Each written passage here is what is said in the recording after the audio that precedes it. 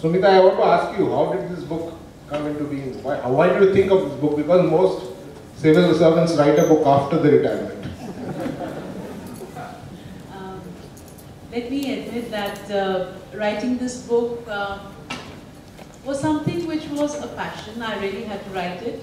But at the same time, I also knew that I was taking a risk by writing a book on my experiences in governance while still in service. I have been very careful writing it, and I also made sure to tone down certain things and cut out certain portions. It all happened because after my collectorship, I went on a one-year sabbatical to United Kingdom, and there I came across public policy as it is taught in the classrooms, and I got a framework for my experiences in the form of a concept called the wicked issues, which our Minister Saab has already referred to. And in that framework, I started thinking about what were my learnings. And I also realized that as civil servants, and as Anand also knows here, and Mr. Rao knows, we have a pool of rich experiences which are very common for us. One civil servant opens his mouth to talk about education, and the other civil servant knows what he's going to say next. It is so common. But these experiences are very uncommon knowledge, very uncommon wisdom for the rest of the world. And I really wanted to share that. I'm actually tempted to ask you a question, but I think I'll ask that question to other panelists. How far do the politicians impede this process of development? So you're asking me the question? Maybe you'll not be in a position to answer it. No, I will answer that. Please do. I think, while I thank our Minister for giving such a kind speech, but I want to put on record that none of these achievements are my achievements. All these achievements have come in the context of the learnings, the support, and the effort of everybody in the district. I was there only to watch and facilitate. Some of my greatest learnings have been from the political leaders, from the ministers, from the MLAs, from the sarpanches, from the people themselves. And it was only a question of listening to everybody and putting together things. The solutions came from the people themselves. They spoke about the problems, they spoke about the solutions. I knew the resources were there. I had just to put two and two together and get the synergies. I'll ask the same question to the other panelists, but before that, is there any part of the book you love most? If you do, I'd like you to read a bit from there. Well, I love the book, and I'm not going to read the whole of it. Of course you can't. Yeah. Thank you. I will read probably a page and a half, if I'm allowed, very quickly. And somehow, Garjanpalli is coming up repeatedly in our discussions today. I did not know Kumar will select Garjanpalli village drama. I did not know our Minister Saab will pick up Garjanpalli example. And I had just picked up the Garjanpalli page for reading. In case Mr. Nag asked me, I was prepared. If you don't mind, I'm going to go to the Garjanpalli page and just read out very quickly what was... It's the start of a chapter on water supply and sanitation in rural India, and I'm afraid I have to wear my spectacles. I can no longer read without some help. So here we are. It was in such an environment of close weekly reviews that I read with horror one morning in the local English and Telugu newspapers about the death of 6 people in the village of Garjanpalli, Karimnagar district. The report, the newspaper report, said they had all died in the last 3 days due to dehydration caused by diarrhea. When I spoke on the telephone, the district medical officials and the rural water supply officials seemed equally taken aback by the news item. We thought we had the problem under control and were doing a good job of monitoring the water supply sources in the villages through a network of volunteers at the village level who were trained to test water quality at each water source and send daily reports. Yet the papers said that taps and hand pumps in the village had been lying unrepaired since weeks. I felt ashamed at the alleged failure of our delivery system, which had no dearth of staff and money.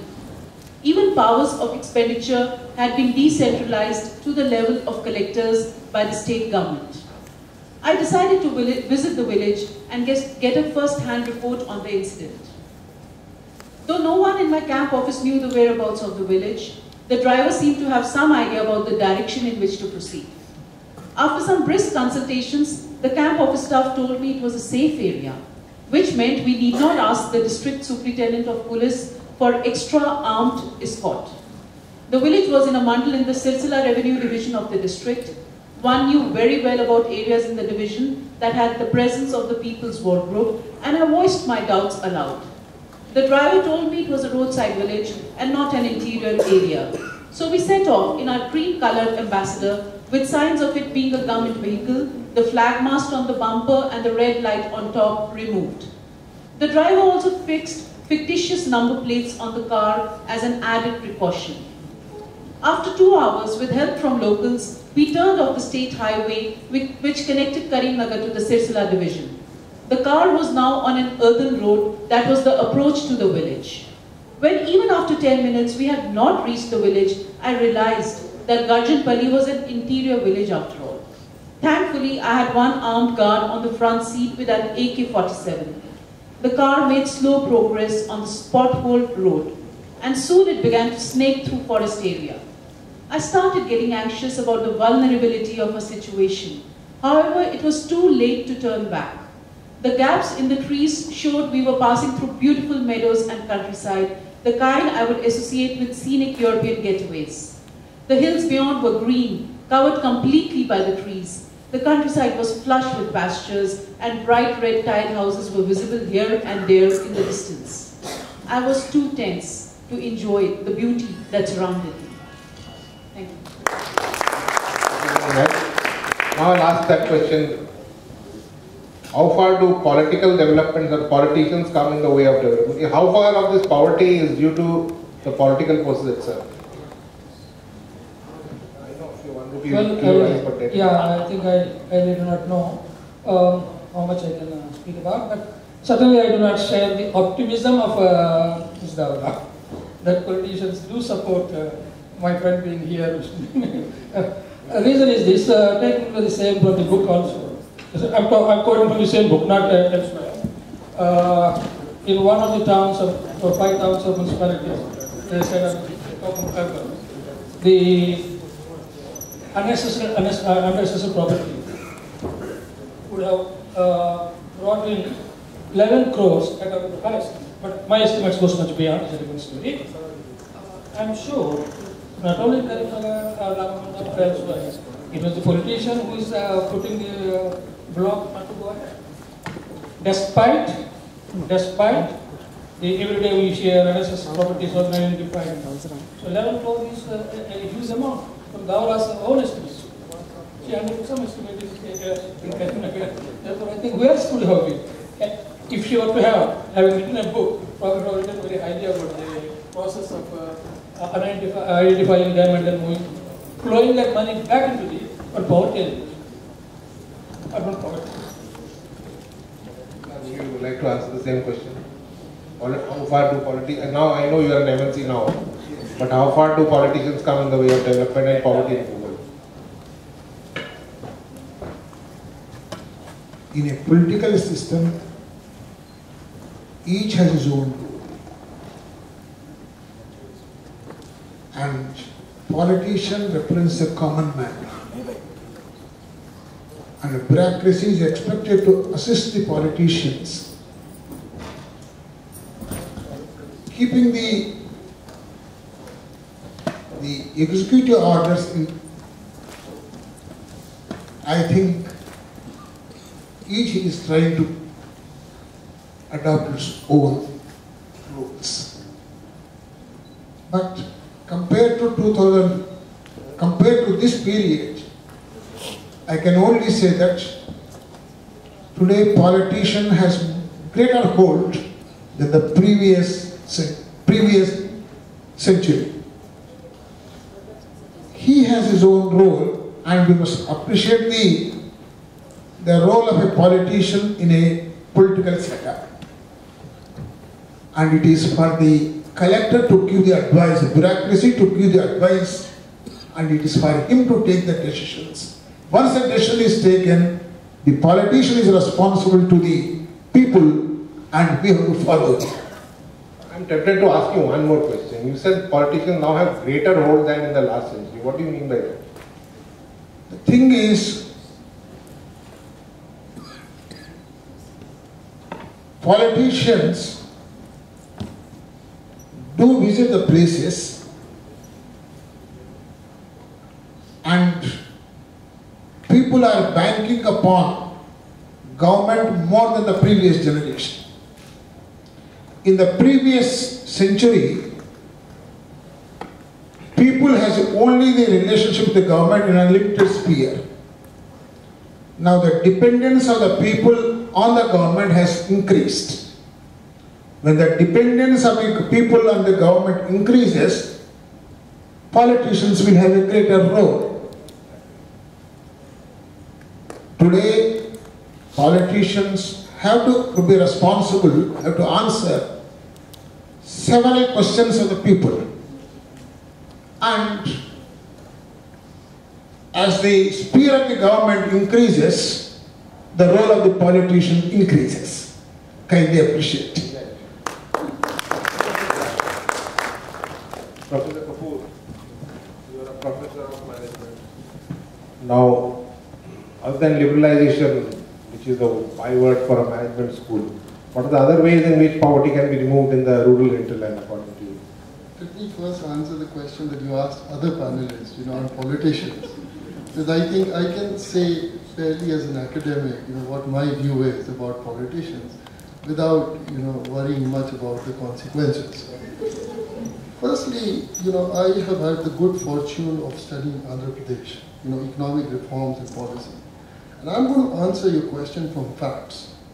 In '93, two states experienced a change in leadership, Uttar Pradesh and Andhra Pradesh. Two leaders came to power. Mulayam Singh Yadav was the chief minister, Chandrababu Naidu, of course not elected necessarily as chief minister. And they took a very different path of development. At one end, you had a chief minister who wanted to get rid of English in universities, Hindi. At one end, there was Babu who said economic growth, investment and development is the way to move forward. Giving free doles to poor people is not the way to move forward. Then time took its place, he went on, there was no IT at that point in time, IT came later, everything happened, progress, development. 2004, another leader came. And let me quote something out here. Chandrababu Naidu lost the election. Even in UP there was a change in leadership as well. And the guy who came to power was YSR. And about him I would like to quote something. The evils that men do lives after them, but the good is often buried with their bones. So be it with YSR. Now you will be surprised to know, in the last 20 years, UP and Andhra Pradesh were identical in 1993. Poverty numbers, rural poverty, urban poverty, monthly per capita expenditure, rural people, scheduled caste, scheduled tribe, any way you look at the data, identical. Today you know what the difference between Uttar Pradesh and Andhra Pradesh is? There was 3 times faster reduction in poverty in Andhra Pradesh, particularly for scheduled caste and scheduled tribe. Now you look at the leadership over here. One person who started in '93, his son has become a chief minister. One person who contributed, particularly YSR. You look at it, any way you look at it, and I have collected data not from Andhra Pradesh but from the National Sample Survey. Biggest decline, Andhra Pradesh has had the second fastest decline in poverty among scheduled caste and scheduled tribe. Maximum during YSR's time. Unfortunately, his son has not become chief minister, but is right now in jail. So now, my question is, it is the individual. Sumita out here has written a book. I'm wondering, why is she working? I mean, she is an IAS officer, she doesn't have to get an AM. She will still probably get a salary, she probably still would have been increasing. So what is it in Andhra Pradesh that we are producing these leaders who are transforming the state? I hope Telangana state doesn't become a barrier. And in UP, unfortunately, we have not seen that because I come from UP. So you have to feel with me out here. So I'm answering this question in a very indirect way. They can play a